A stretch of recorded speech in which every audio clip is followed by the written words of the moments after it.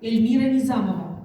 Автор музыки более чем к 30 театральным постановкам, симфонических, камерно-инструментальных и вокальных произведений. Эльмир Низамов «Вечер у пруда». Исполняет Арина Хорина, детская музыкальная школа номер 6 имени Салиха Сайдашева. Преподаватель, заслуженный работник культуры Республики Татарстан Кагарманова Розалия Фатовна.